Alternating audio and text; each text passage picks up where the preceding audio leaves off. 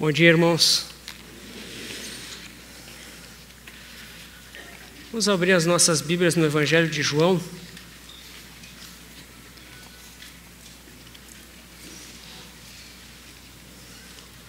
No capítulo 1.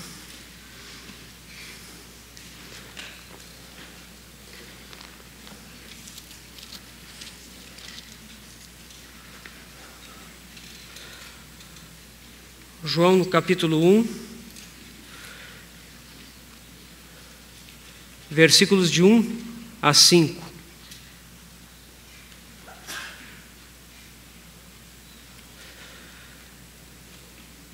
No princípio era o Verbo, e o Verbo estava com Deus, e o Verbo era Deus. Ele estava no princípio com Deus. Todas as coisas foram feitas por intermédio dele, e sem ele, nada do que foi feito se fez. A vida estava nele, e a vida era a luz dos homens.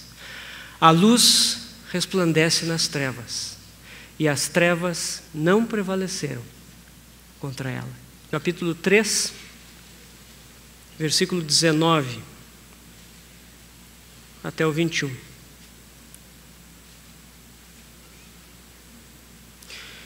O julgamento é este, que a luz veio ao mundo, e os homens amaram mais as trevas do que a luz, porque as suas obras eram más. Pois todo aquele que pratica o mal aborrece a luz, e não se chega para a luz, a fim de não serem arguídas as suas obras. Quem pratica a verdade aproxima-se da luz, a fim de que as suas obras sejam manifestas, porque feitas em Deus. No capítulo 8 do mesmo Evangelho, versículo 12, João 8, versículo 12.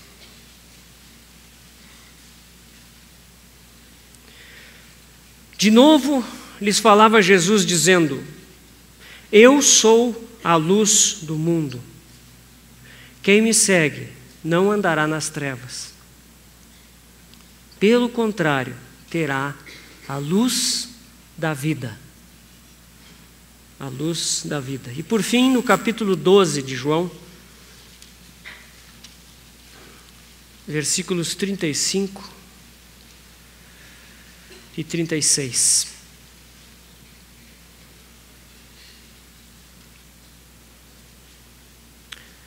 Respondeu-lhes Jesus: Ainda por um pouco a luz está convosco. Andai enquanto tendes a luz, para que as trevas não vos apanhem. E quem anda nas trevas não sabe para onde vai.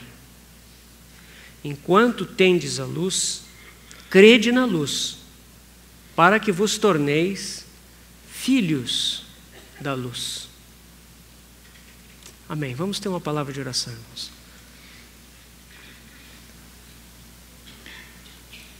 Senhor, nós te agradecemos por mais essa oportunidade que tu nos concedes de estar aos teus pés. E nós queremos apresentar diante de ti um coração como o de Maria. Estamos aqui para ouvir as tuas palavras de vida eterna. Senhor, mais uma vez tem misericórdia de nós. Mais uma vez, Senhor, que o Teu Espírito Santo possa tocar os nossos corações, possa soprar sobre a Tua palavra, possa fazê-la viva e operante em nós, para que Tu sejas engrandecido e o Teu propósito seja estabelecido nas nossas vidas, Senhor. Senhor, nós sabemos que vivemos os últimos dias, nós sabemos que Tu aceleras a preparação da tua noiva, porque tu a queres pronta para ti. E nós estamos aqui, Senhor, nos dispomos nas tuas mãos para sermos trabalhados pelo teu Espírito segundo a tua palavra. Não permite que esses momentos sejam desperdiçados. Não permite, Senhor, que qualquer distração, qualquer angústia, qualquer interferência do teu inimigo, do nosso inimigo, venha roubar o que tu queres falar aos nossos corações. Queremos receber o teu falar. Fala conosco, Senhor. E desde já te agradecemos, porque sabemos que tu és bondoso. No teu nome, Senhor, nós oramos. Amém. Os versículos que nós lemos, todos falam de luz. Nós iniciamos ontem essa primeira sessão da manhã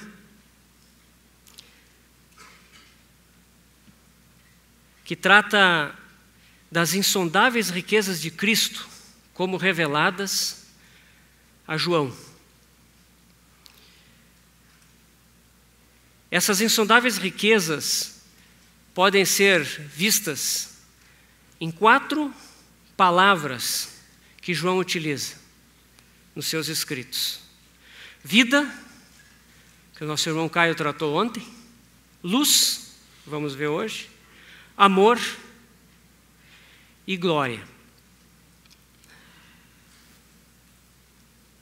Ou seja, nós vamos procurar ver através dos escritos de João como esses 4 termos podem nos ajudar a entender o progresso, o crescimento da vida cristã. Os 3 primeiros termos, vida, luz e amor, eles são típicos do Evangelho de João. O último desses termos que nós vamos estudar, glória, ele está presente, vai ser estudado segundo o livro de Apocalipse, embora João também o use bastante. Mas o Evangelho de João, ele nos permite ver essa estrutura de 3 partes. Nós podemos ver a primeira imagem. Então, essas 3 sessões no Evangelho de João, irmãos, de João 1 até João 7, eu não sei se os irmãos conseguem enxergar aí, né? Mas de João 1 até o capítulo 7, predomina nesse evangelho a palavra vida, tá? Vida do grego zoé, tá? É a vida eterna, é a vida mais elevada. Essa palavra vida, ela ocorre no evangelho de João 56 vezes, né? E no capítulo de 1 a 7, ela vai ocorrer 42 vezes. Ou seja, nesses 7 capítulos, 42 vezes João emprega essa palavra, tá? Na segunda parte do Evangelho, capítulos de 8 a 12, predomina a palavra luz. Ela ocorre 24 vezes no Evangelho, tá? E, na verdade, 13 vezes na primeira parte, de 1 a 7, e 11 na segunda parte, né? Parece até assim que nós estamos, né, a luz ocorre mais na primeira fase, mas, na verdade, nós vamos depois entender por que isso. O fato é que o conceito luz, ele ocupa os capítulos de 8 a 12. Isso quer dizer alguma coisa.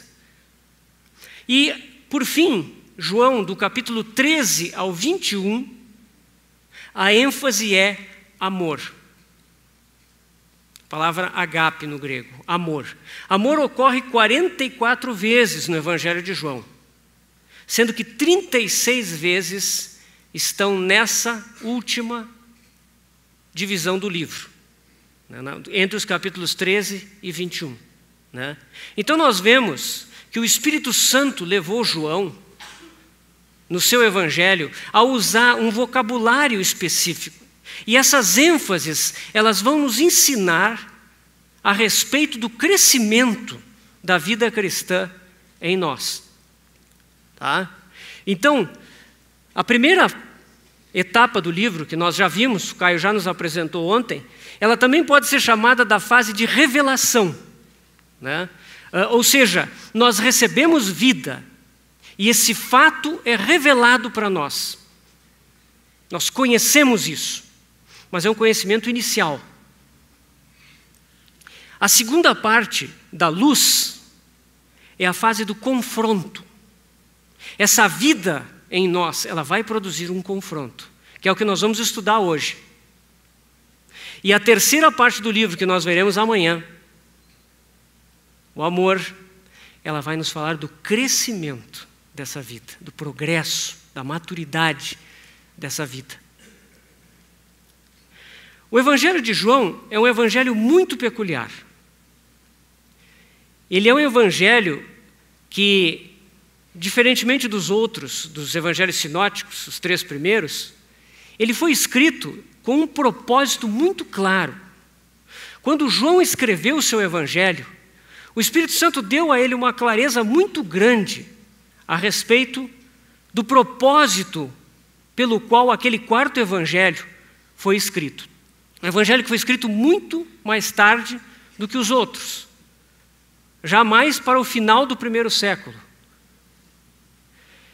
E no capítulo 20 desse evangelho, João declara o seu propósito. Por que esse evangelho será escrito? Por que ele foi registrado? Então, João 20 e 21, nos fala o propósito pelo qual o evangelho de João foi escrito. João diz assim, após ter escrito 20 capítulos, ele está encerrando a sua narrativa e ele diz assim: na verdade, fez Jesus diante dos discípulos muitos outros sinais que não estão escritos nesse livro. Estes que foram escritos, porém, foram registrados para que creiais que Jesus é o Cristo, o Filho de Deus, e para que, crendo, tenhais vida no seu nome. Então, irmãos, aqui nós vemos que esse evangelho, ele é uma seleção. Se nós formos para o último versículo de João, no último versículo, lá João escreve que há muitas outras coisas que Jesus fez, e que se todas elas fossem relatadas uma por uma, nem no mundo inteiro caberiam os livros que seriam escritos. Então esse evangelho é uma seleção com um propósito. E João seleciona alguns sinais, esses 8 sinais que nós já temos estudado aqui nas conferências, o irmão Christian já tem repartido sobre esse tema, eles foram selecionados com uma finalidade, para que nós creiamos que Jesus é o Cristo, o Messias, o Filho de Deus. Mas não basta crer, não basta apenas crer que Ele é o Cristo, o Filho de Deus. Mas crendo, nós sejamos conduzidos a uma experiência viva e real, ter vida no seu nome. Esse é o propósito do Evangelho. Então, ontem foi falado sobre o tema, sobre esse primeiro termo, vida. E esse é um Evangelho, irmãos, um Evangelho maravilhoso. É um Evangelho muito precioso. Ele é um Evangelho que está cheio de palavras peculiares.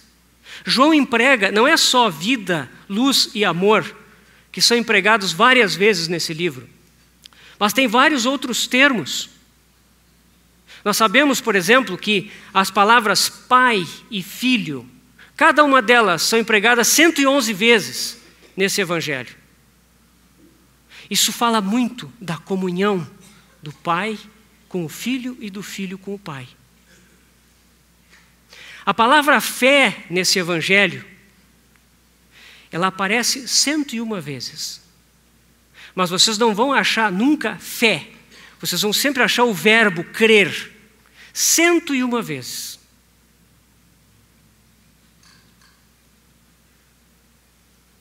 Vida, né? Crer para ter vida.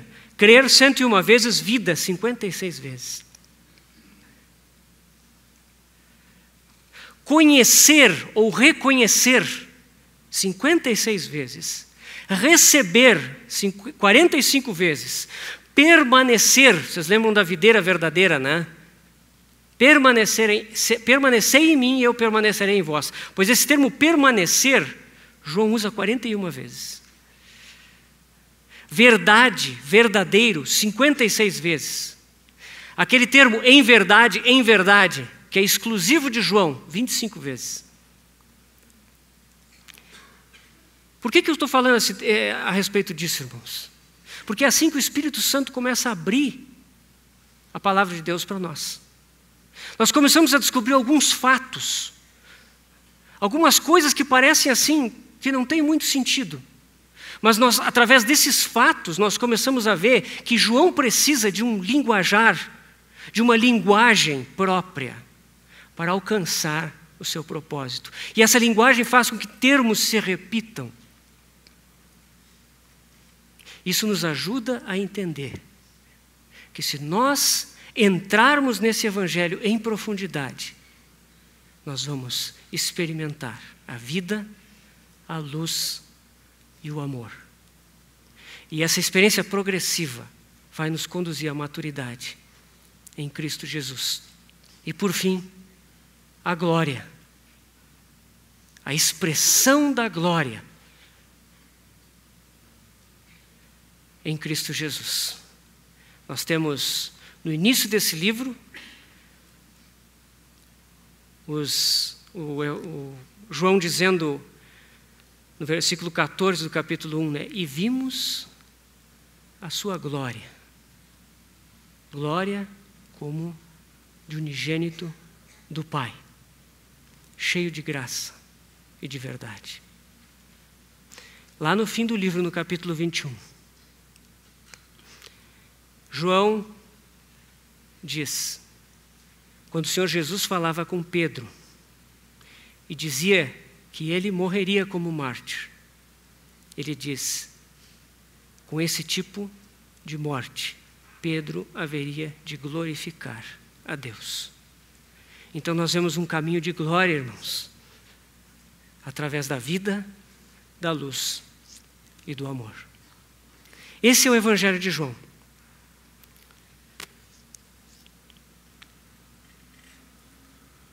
Crer e ter vida. Esse Evangelho, ele vai procurar, à medida em que nós nos achegamos a Ele, em que nós entramos nesse Evangelho, ele vai nos colocar numa posição de recebermos uma transferência. É como se fosse um download, né? Nós vamos nos conectar a esse Evangelho, e se nós permanecermos conectados, nós vamos começar a receber algo. Aqui embaixo, nós vemos que essas mesmas 3 fases do Evangelho, a vida, capítulos 1 a 7, a luz, 8 a 12, e amor, 13 a 21, elas têm uma característica interessante. Sempre algo começa em Cristo, e ao final, essa realidade está em nós. Então, no início, vida. A vida está em Cristo. A vida estava nele. Isso é 1:4. 7:38, irmãos. O versículo anterior está citado ali. Quem crer em mim, como diz a Escritura, do seu interior fluirão rios de água viva. Então nós vemos no início, a vida estava nele. Mas agora a vida está no nosso interior. Houve um progresso. Segunda etapa, luz. 8:12. O Senhor Jesus diz, eu sou a luz do mundo. Ele é a luz. E no final, 12:36. Crede na luz para que vos torneis filhos da luz. Nós nos tornamos filhos da luz. Então começou a luz em Cristo. Ao final, a luz está habitando em nós. Terceiro, amor. 13:1. Tendo amado os seus, amou-os até o fim. O Senhor nos amou. O amor é dele. Ele é amor. 21:15, a pergunta do Senhor a Pedro, tu me amas? E a resposta de Pedro, sim, Senhor, tu sabes que eu te amo. O amor estava nele somente, mas agora o amor está em nós. Então esse evangelho nos fala disso, de como essas realidades de vida, luz e amor estão em Cristo e se tornam a nossa experiência. E esse é o propósito do evangelho: experimentar a vida, experimentar a luz e experimentar o amor. Ontem nós vimos sobre vida, e eu só gostaria de retomar algumas coisas sobre vida para que nós possamos entrar na luz no devido contexto. O centro desse evangelho é a vida, nós já falamos. O propósito do evangelho é crer e ter vida no nome do Senhor Jesus. Existem muitas doutrinas e ensinos místicos que, de uma certa forma, até ganham lugar entre alguns cristãos, que falam dessa sequência que nós estamos vendo aqui, um pouco diferente. Falam de luz, vida e amor. Quando a gente coloca no Google essas 3 palavras, vem um monte de páginas e com uma série de ensinos muito estranhos, que nada tem a ver com a Escritura. O que dizem esses ensinos místicos? Eles dizem que o ser humano precisa, em primeiro lugar, obter a luz, ele precisa ser iluminado. E que todo ser humano ele pode, buscando a iluminação, então, receber luz. E quando então ele recebe luz, ele pode ingressar na vida e depois no amor. Isso é um engano. Porque nós, por nós mesmos, não podemos receber luz nenhuma. Nós estamos, por natureza, nas trevas. Em nós não há luz. Tudo tem que começar com a vida. Tudo se inicia quando nós recebemos vida. Nós estávamos mortos nos nossos delitos e pecados. E a primeira coisa que precisa acontecer é que nós precisamos receber vida. Essa vida sim que vai se tornar luz em nós. Mas a luz é da vida. A luz não é uma iluminação que eu recebo, a partir da qual eu posso caminhar. Nós precisamos, em primeiro lugar, de vida. O Caio falou aqui a respeito da queda. E nós sabemos que lá no jardim havia a árvore da vida. O fato de que Adão não comeu dessa árvore, mas comeu da árvore do conhecimento do bem e do mal, introduziu a queda. E com a queda vieram as trevas. E hoje nós vivemos num mundo de trevas por causa disso. E o Evangelho de João, nessa sessão que nós vamos estudar, ele vai falar desse confronto entre luz e trevas. Por isso que essa segunda parte tem a ver com confronto. Vai haver um conflito. Irmãos, nós recebemos uma vida nova. Lá em João 3, quando o Senhor Jesus fala com Nicodemos, ele fala: se alguém não nascer de novo, não pode ver nem entrar no reino dos céus. O novo nascimento é o fato supremo da vida. A conversão, ela não é uma melhoria, ela não é uma decisão humana, ela não é uma filosofia de vida. A conversão é um novo nascimento. É nascer de novo, é uma criação nova, com faculdades novas. É a dúvida de Nicodemos, quando ele perguntou: acaso pode um homem voltar ao ventre materno e nascer segunda vez? Ainda mais sendo velho, como eu sou, disse o Nicodemos. Ele entendeu muito bem, irmãos, a natureza do que o Senhor Jesus estava falando. Nascer de novo significa uma vida nova. E isso introduz na nossa vida um conflito, porque a vida velha está ali. E nós estamos acostumados a viver segundo a vida velha. E isso pode gerar uma confusão.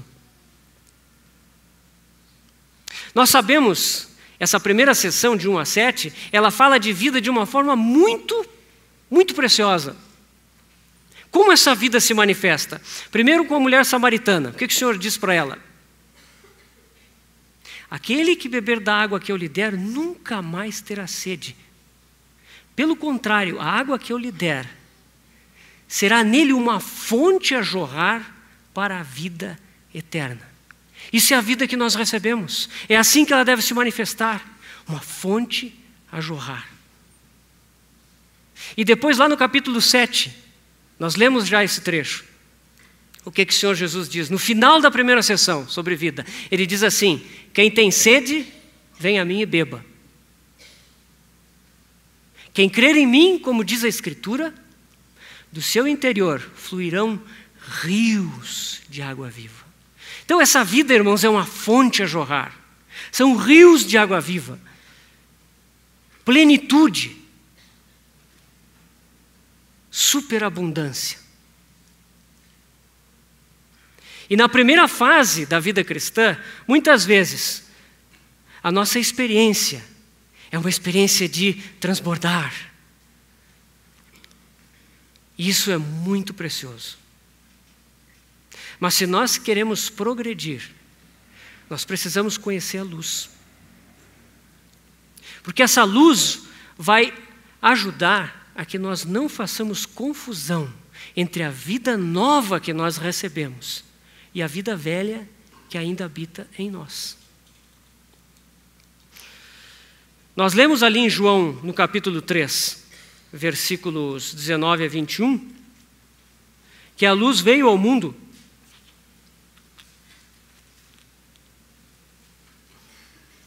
e os homens amaram mais as trevas do que a luz, porque as suas obras eram más.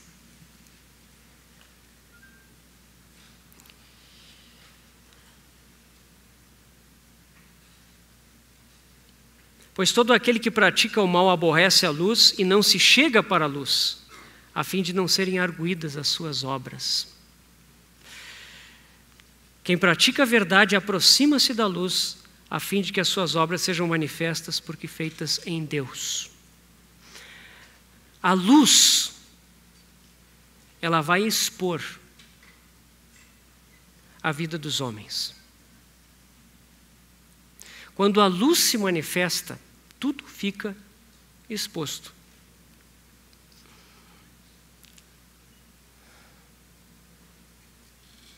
A luz revela.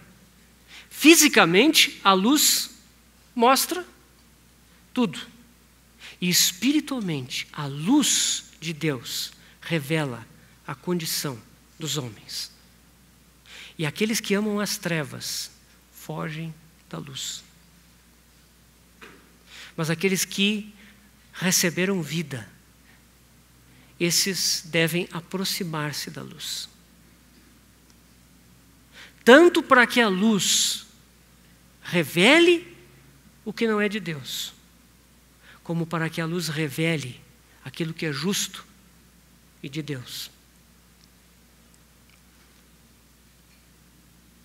Quando nós entramos na nossa sessão, especificamente no capítulo 8,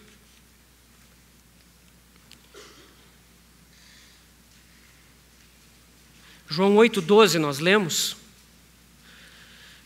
em que Jesus afirma: eu sou a luz do mundo, quem me segue não andará nas trevas, pelo contrário, terá a luz da vida.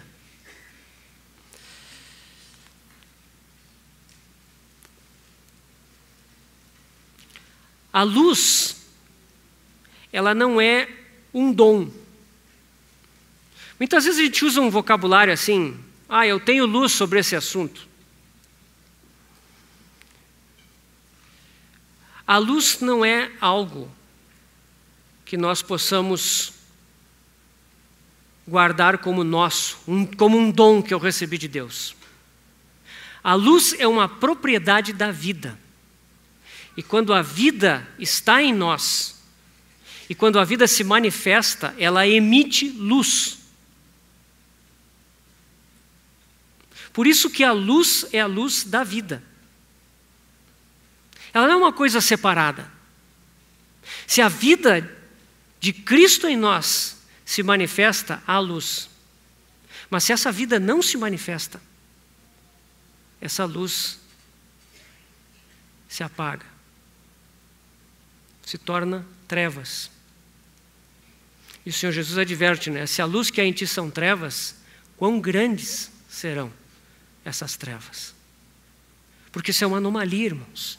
A vida que está em nós, ela deve se manifestar. E ela deve ser luz.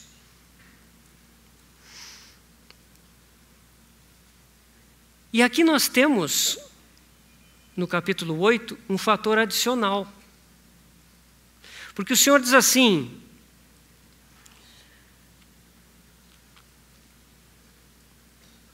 quem me segue não andará nas trevas, pelo contrário, terá a luz da vida.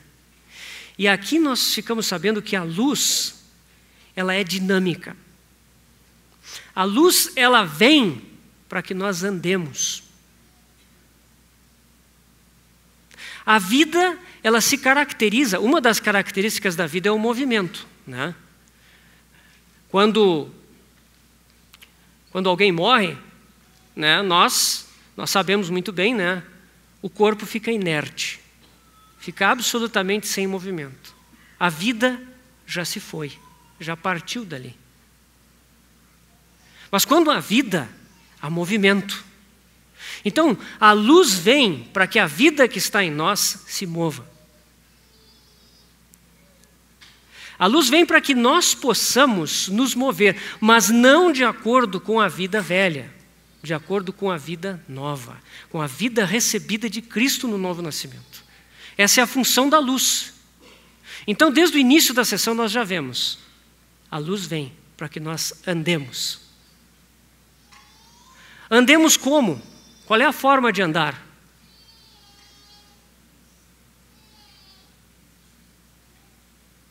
O que diz o versículo? Quem me segue não andará nas trevas, pelo contrário, terá a luz da vida.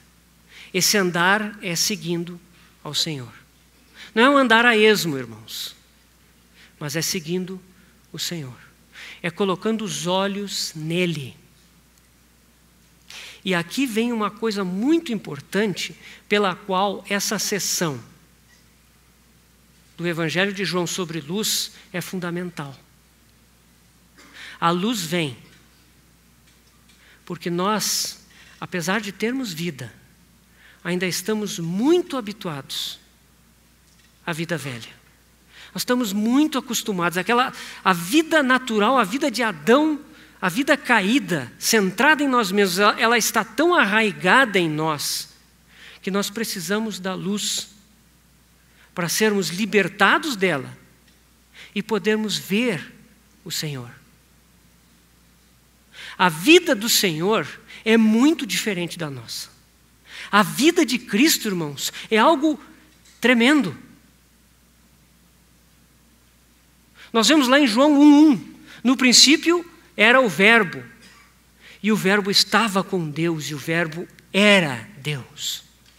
E nós vemos no 1:14, mas 1:12, a todos quantos o receberam, deu-lhes o poder de serem feitos filhos de Deus. A vida de Deus, a vida do Deus eterno, ela veio habitar em nós. Meus irmãos, isso é algo tão tremendo. Isso é algo tão fora da nossa capacidade de compreensão, que nós precisamos da luz. Nós não precisamos de aula de filosofia, de teologia. Nós precisamos da luz. para poder compreender, em primeiro lugar, quão grandes são as nossas trevas. E em segundo lugar, quão maravilhoso é o nosso Senhor. Os nossos olhos então vão ser abertos e nós vamos poder ver o Senhor, ver a sua pessoa e seguir ao Senhor. Essa é a função da luz. Por isso que ela introduz o confronto. Muitas pessoas que não creem no Senhor fogem do Senhor por causa disso. Porque quando nós chegamos para uma pessoa e falamos do Senhor, se a vida está em nós manifesta, essa vida também é luz. E não são só as nossas palavras, mas a nossa vida, ela às vezes afugenta. Por quê? Porque os homens amaram mais as trevas do que a luz. E porque as suas trevas começam a ser arguídas, começam a ser acusadas, começam a ser reveladas. Mas nós, depois que conhecemos o Senhor, depois que nascemos de novo, também corremos o perigo de fugir da luz. Por isso que nós devemos sempre, irmãos, nos achegar à luz. Não ter medo e temor de que a luz nos reprove, nos discipline e nos corrija. Essa fase da vida cristã é uma fase onde a disciplina do Espírito Santo é algo muito importante. E essa é uma decisão do nosso coração. Nos achegarmos à luz, nos colocarmos sob a luz, deixarmos que a luz nos esquadrinhe constantemente. E nós vamos ver, irmãos, que o Espírito Santo, no nosso interior, ele vai começar a operar. A nossa consciência vai começar a ficar mais sensível. E nós vamos experimentar duas coisas: a restrição do Espírito Santo e, por outro lado, a revelação mais precisa da pessoa de Cristo. Porque as duas coisas vão juntas. Quando o Espírito Santo restringe a vida natural, então se abre o espaço para que nós conheçamos mais de Cristo. Essa sessão, eu assumo que os irmãos conheçam o Evangelho de João. Nós não tem a menor chance da gente revisar o conteúdo do Evangelho, mas esse capítulo 8, que é o primeiro capítulo, onde o Senhor fala que Ele é a luz do mundo, ele é um capítulo que, se vocês lerem até o final, vão ver um capítulo de conflito. Nesse capítulo do Evangelho se inicia uma grande batalha. Se vocês lembrarem do texto, ali está escrito, a um determinado momento, que o Senhor fala aos judeus que o pai deles é o diabo. E que eles queriam satisfazer a vontade do diabo. Quer dizer, diante da pessoa de Cristo, aquele capítulo coloca esse conflito, luz e trevas. E esse capítulo todo, ele vai ser desenvolvido nessas linhas. A luz introduz um conflito, e introduz um conflito nas nossas vidas também. O que nós vamos fazer com a luz? Nós vamos discutir com ela? Nós vamos tentar nos justificar para ela? Ou nós vamos nos submeter à luz? Em seguida, vem o capítulo 9 de João. Quem lembra o tema do capítulo 9 de João? Alguém lembra? Cego de nascença. Vocês lembram da história do cego, né? Não é interessante que nessa sessão de luz, o primeiro tem 2 sinais, né? Nós sabemos que em João tem 8 sinais, né? 8 sinais, 5 estão na primeira sessão, 1 a 7. 2 estão aqui nessa sessão, do capítulo 8 ao 12. E o primeiro deles é a cura de um cego. Então o sinal está intimamente relacionado com o tema que está sendo tratado. Esse cego recebe visão. E nós também, irmãos, quando chegamos na fase da luz, nós descobrimos que nós, por natureza, somos cegos. se nós tentarmos usar a visão que nós temos, herdada da vida natural, nós não vamos entender. Nós não vamos conseguir caminhar. Nós vamos ser cegos espiritualmente. Nós não vamos nem ver o Senhor, muito menos seguir o Senhor.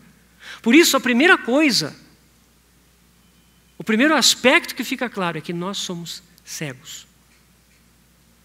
Nós não vemos nada. E é muito interessante que existem outras curas de cegos nos evangelhos, em que o Senhor imediatamente cura a cegueira daquela pessoa enferma. Mas aqui é uma cura diferente. O Senhor cospe no chão, faz saliva, coloca nos olhos do cego e manda ele ir ao tanque de Siloé para lavar o rosto e depois ver. Parece engraçado isso, né? Porque a gente pensa assim, o nosso raciocínio humano, por que o Senhor não curou esse homem logo? Por que o Senhor não restaurou a visão dele imediatamente? Porque nós ganhamos visão de uma forma diferente. A visão espiritual não é ganha assim. A visão espiritual, ela primeiro mostra a obediência da fé. Esse homem teve que ir, sabe-se lá como, se ajudado por outros, mas ele foi. Não enxergava ainda com lodo e saliva nos olhos, mas ele foi levado até o tanque de Siloé. Quando ele chegou lá, ele lavou os olhos e ele viu. Quando ele abriu os olhos, Jesus não estava mais ali.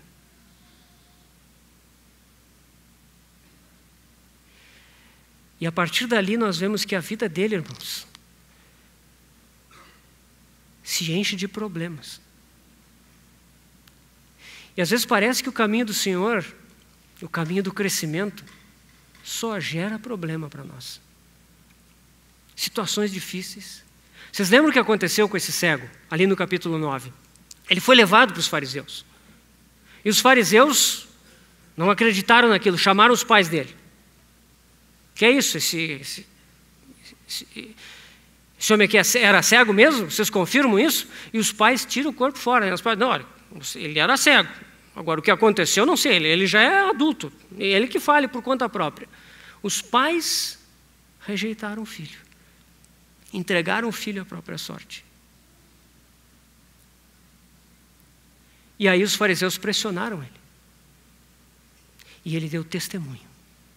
Se esse homem não fosse de Deus, nada poderia ter feito. E ele foi expulso. Rejeitado pela família. Expulso pela religião. Só depois disso, ele viu o Senhor.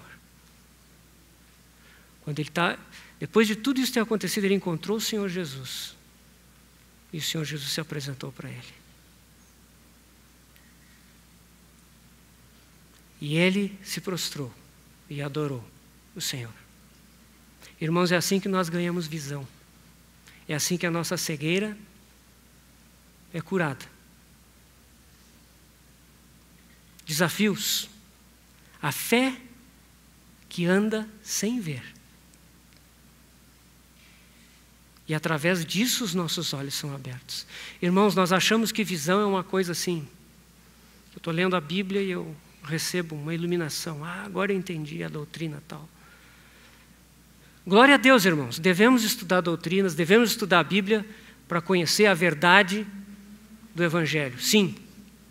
Mas, irmãos, visão verdadeira é quando nós somos desafiados. E diante dos desafios, a vida que está lá dentro, ela sai. Por isso que a luz é importante. Precisamos nos submeter à luz. Precisamos aceitar os desafios. Precisamos andar pela fé, segundo a luz. Aí os nossos olhos vão ser abertos e nós vamos ver, não segundo Adão, mas segundo a vida de Cristo, em nós. É uma visão completamente diferente. O capítulo 9 nos fala de visão. E o outro sinal que tem nessa sessão é no capítulo 11. Capítulo 10 de João é o bom pastor. Só para a gente lembrar do conteúdo, né? O bom pastor que dá a vida pelas ovelhas, né? Agora, no capítulo 11, o que acontece no capítulo 11? Quem lembra aí? Agora do lado de cá, aqui já falaram lá do cego. Lázaro, ressurreição de Lázaro, né? Esse é um sinal muito importante.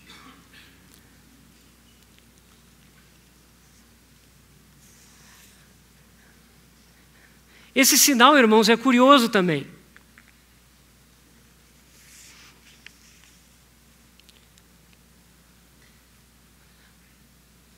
Assim como o cego, a gente vê esse sinal e a gente fica pensando assim, pô, o Senhor Jesus parece que gosta de ver as pessoas sofrerem. Porque no capítulo 9, ele colocou o lodo nos olhos do cego, né? E disse para ele ir se lavar, e cego, caminhar cego até o tanque.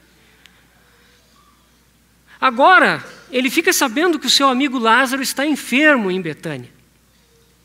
E ele sabe que faz 2 dias que ele morreu. E ele ainda fica 2 dias no lugar onde ele estava. Ele deixa passar 4 dias. Ele deixa que aquele corpo já se aproxime de um processo de decomposição da onde não há retorno. Ele permite que o coração de Marta e Maria seja afligido.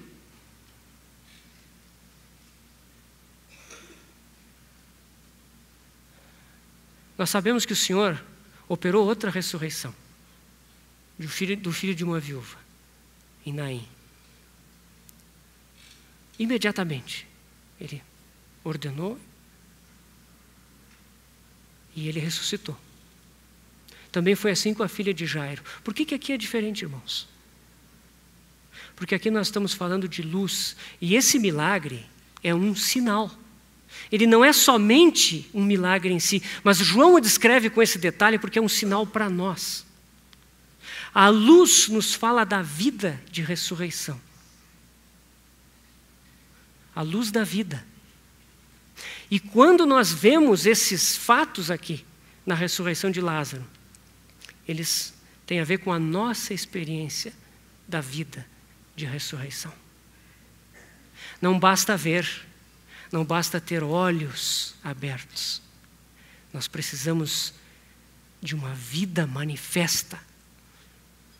Nós precisamos que todas as funções da vida nova estejam ativadas e não apenas os olhos. É um progresso.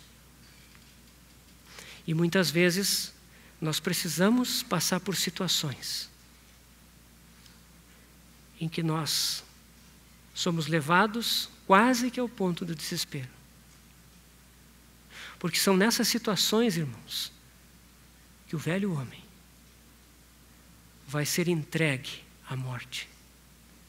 Nessas situações que o velho homem vai ser conformado à morte de Jesus. Por isso que nós precisamos passar, às vezes, 4 dias, até que venha o Senhor e a sua palavra.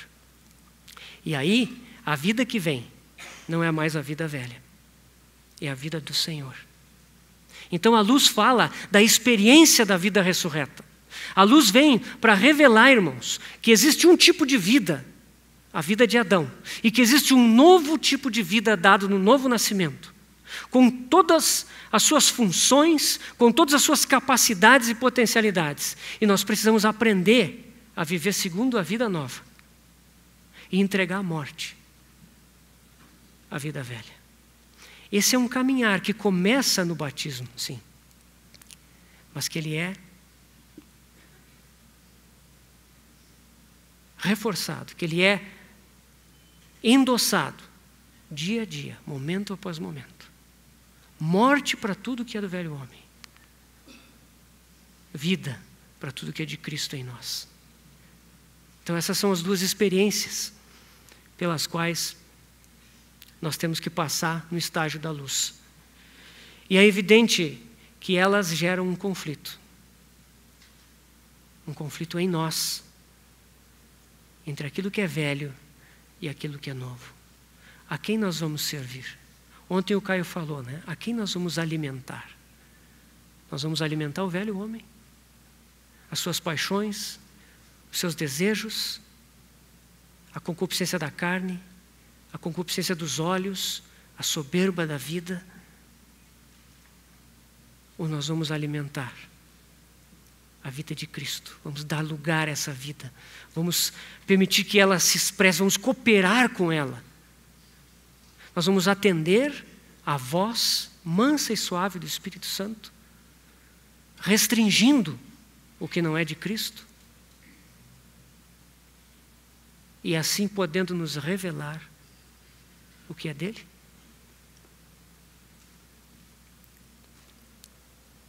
No final da sessão, capítulo 12 de João, versículos 35 e 36, nós já lemos. Ali diz, o Senhor Jesus fala assim: ainda por um pouco a luz está convosco. Andai enquanto tendes a luz, para que as trevas não vos apanhem. Quem anda nas trevas não sabe para onde vai. Enquanto tendes a luz, crede na luz, para que vos torneis filhos da luz.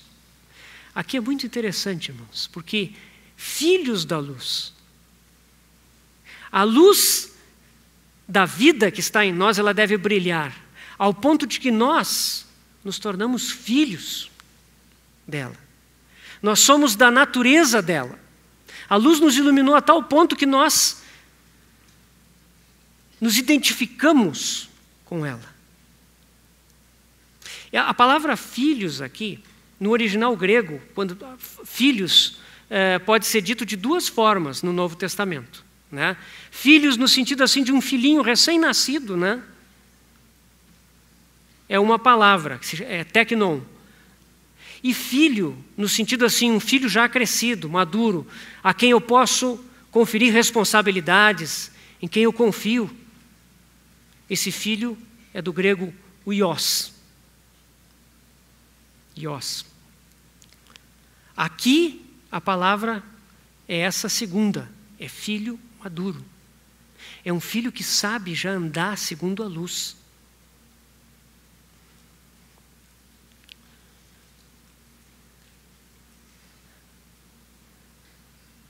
É um filho que sabe, que tem uma sensibilidade despertada para as coisas de Deus. Ele sabe entender o que é luz e o que é trevas. Ele já se tornou disciplinado em ouvir as reprovações da consciência. Essa é uma disciplina que já se estabeleceu na vida de um filho da luz. Então, a finalidade dessa etapa, irmãos, é justamente essa.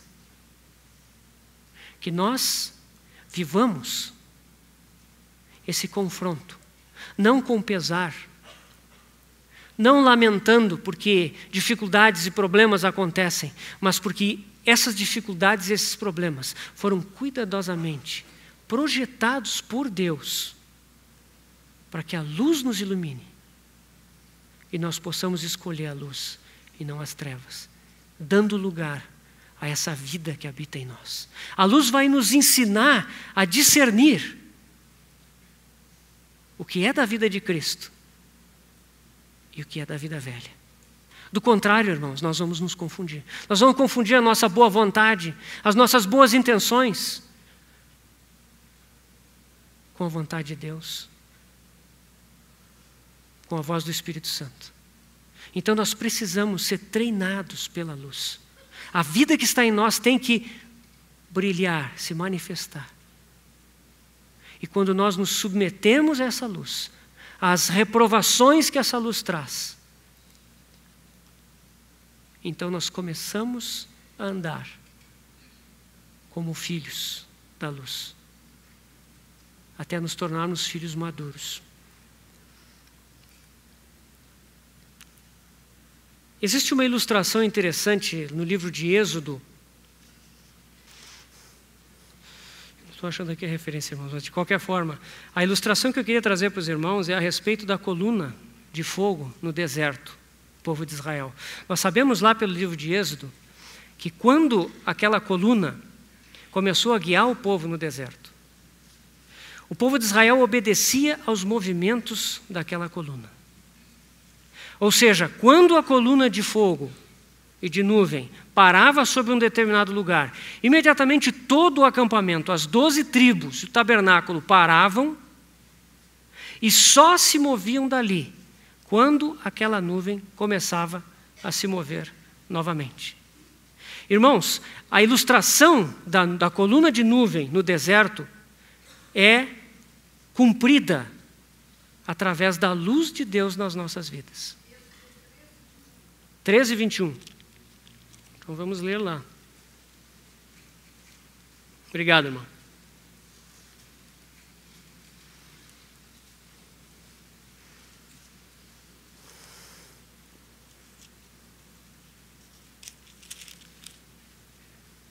Muito bem, é isso mesmo.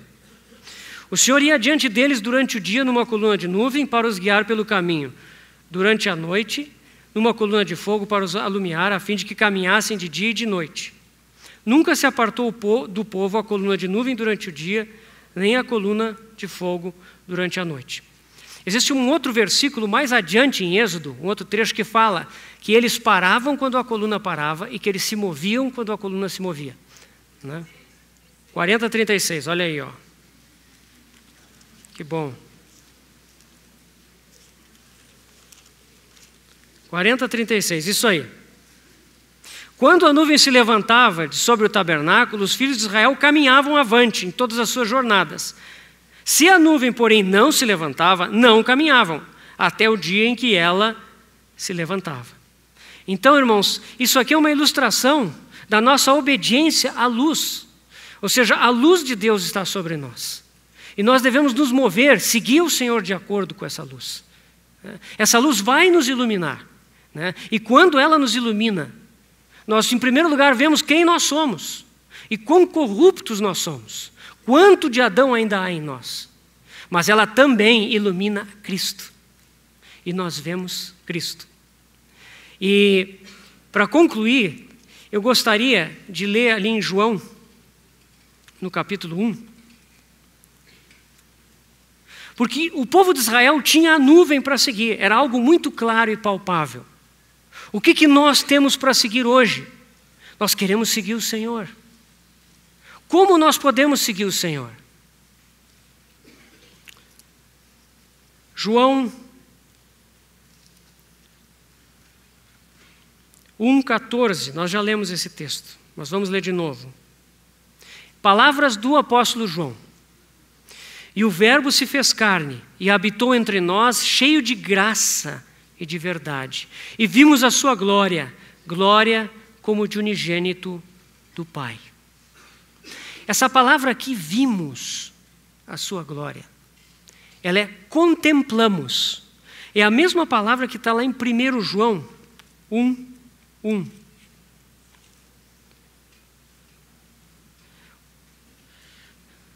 1 João 1 diz assim: o que era desde o princípio, o que temos ouvido, o que temos visto com os nossos próprios olhos, o que contemplamos e as nossas mãos apalparam, com respeito ao verbo da vida. O que contemplamos,